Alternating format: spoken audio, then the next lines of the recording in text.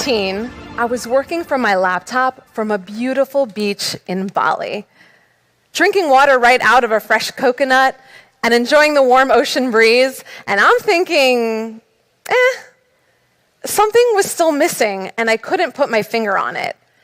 How could I be in this scenario and not feel fulfilled? I worked from 12 countries in 12 months that year. An opportunity that was once rare is now more possible for more people than ever before.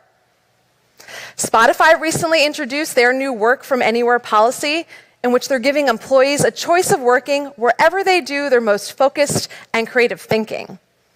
Dropbox's new way of working is called Virtual First, in which remote work will be the primary experience for employees, saving in-person meetings for special occasions. And that's great news because over 50% of people that work remotely say that if their current company doesn't give them some type of remote work option long-term, they'll look for a job at a company that does. Well, problem solved, right? Except what people are saying and what they're doing is inconsistent. In fact, according to a recent McKinsey study, workplace flexibility wasn't even one of the top 5 reasons people quit their jobs in the past year. More freedom at work doesn't mean more fulfillment. Let me take you back to the end of 2018. I'm 2 years into doing my job as the director of talent development for a New York-based tech company. And I'm doing what I love to do the most, creating and launching employee development programs from scratch. And then my boss says to me, next year is going to be the year of maintenance, focusing on refining existing programs instead of launching new ones. I'm not a maintenance mode person. While I understand its importance, it's really not where I shine. So I wasn't looking forward to the year ahead. Meanwhile, I was reading new research on the future of work, and all signs were pointing to a remote and hybrid work future. We now know that the pandemic accelerated that by at least a decade. I even found a work and travel program that coordinates a group of professionals to work remotely from around the world with co-working spaces and living accommodations in each city. I was immediately hooked.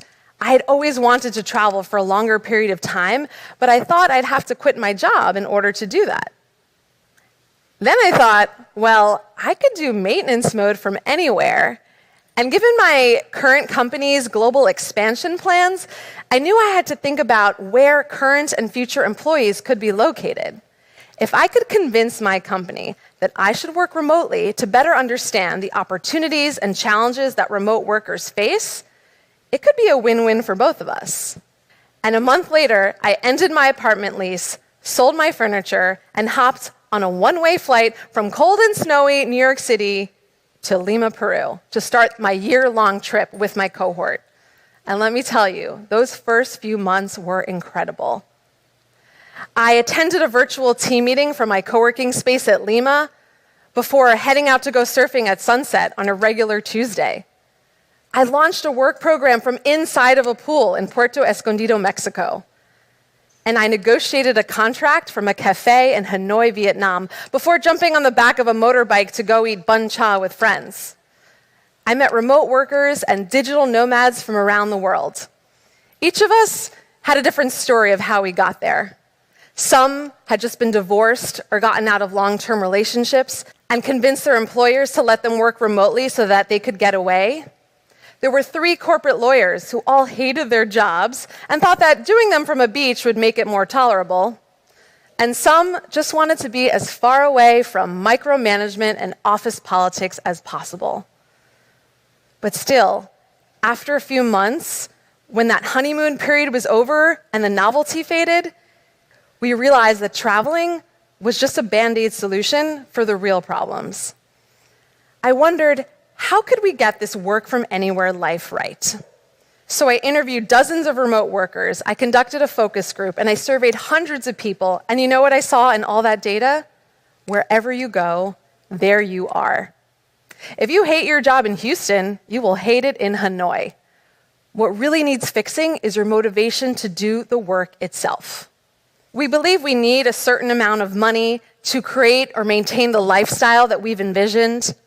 We think we need a specific job title that aligns with the identity that we or our parents imagined for us a decade ago.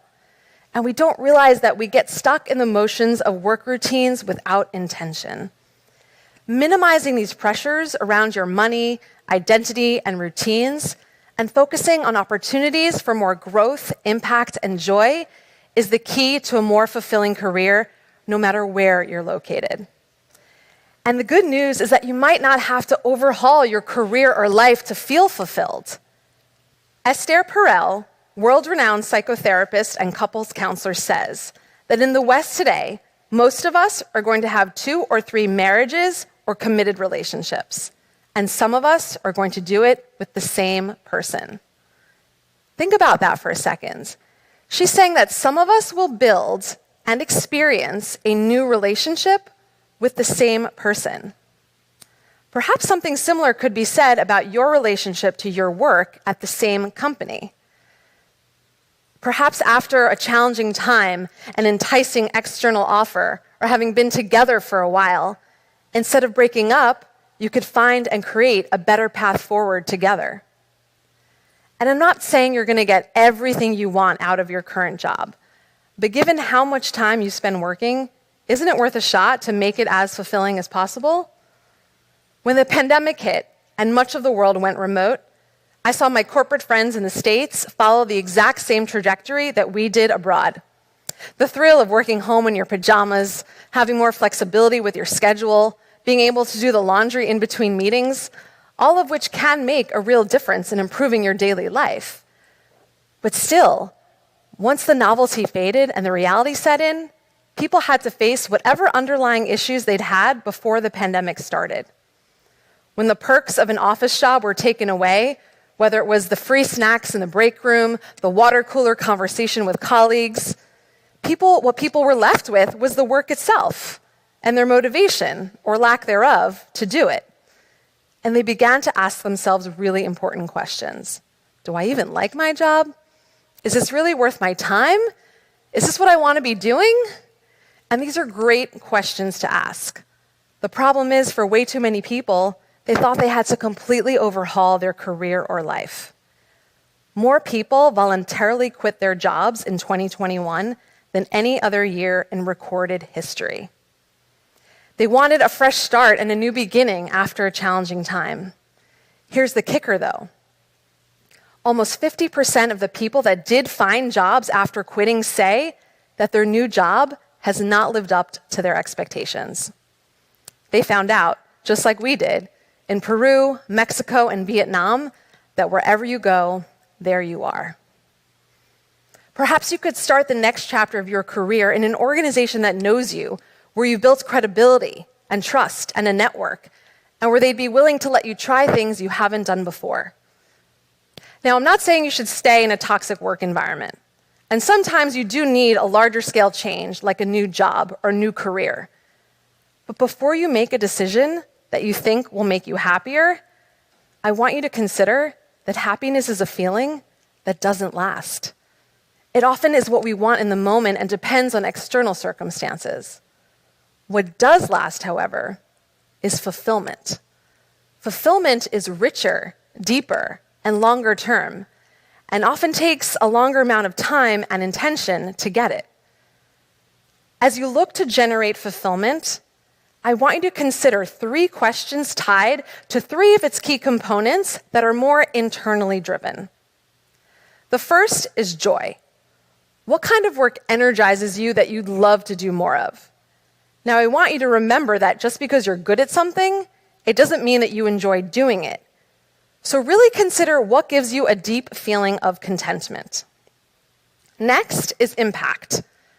How could you provide more value to your company or clients by doing this kind of work? And if you're having trouble answering that question, then ask your manager, your peers, or clients directly. Focus on work that's in that sweet spot of meeting both your interests and the client's needs, or the business needs.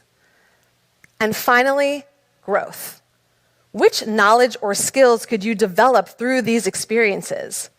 Feeling a sense of progress toward meaningful work is one of the biggest drivers of fulfillment. I asked myself these same 3 questions when I was feeling happy yet not fulfilled with my life working from a beach. And I found out that I find joy in interviewing, researching, and talking to remote workers about their lives. I made a significant impact by facilitating workshops to help them develop their skills and their careers. And growth came in the form of me figuring out how to distill a career's worth of the best HR advice and expertise into an easily digestible book for remote workers. Thousands of organizations around the world are finally understanding the importance of giving employees a choice of where to work. And while being given that choice is certainly meaningful, what's even more empowering is the fulfillment that comes from doing work that truly lights you up wherever you are. Thank you.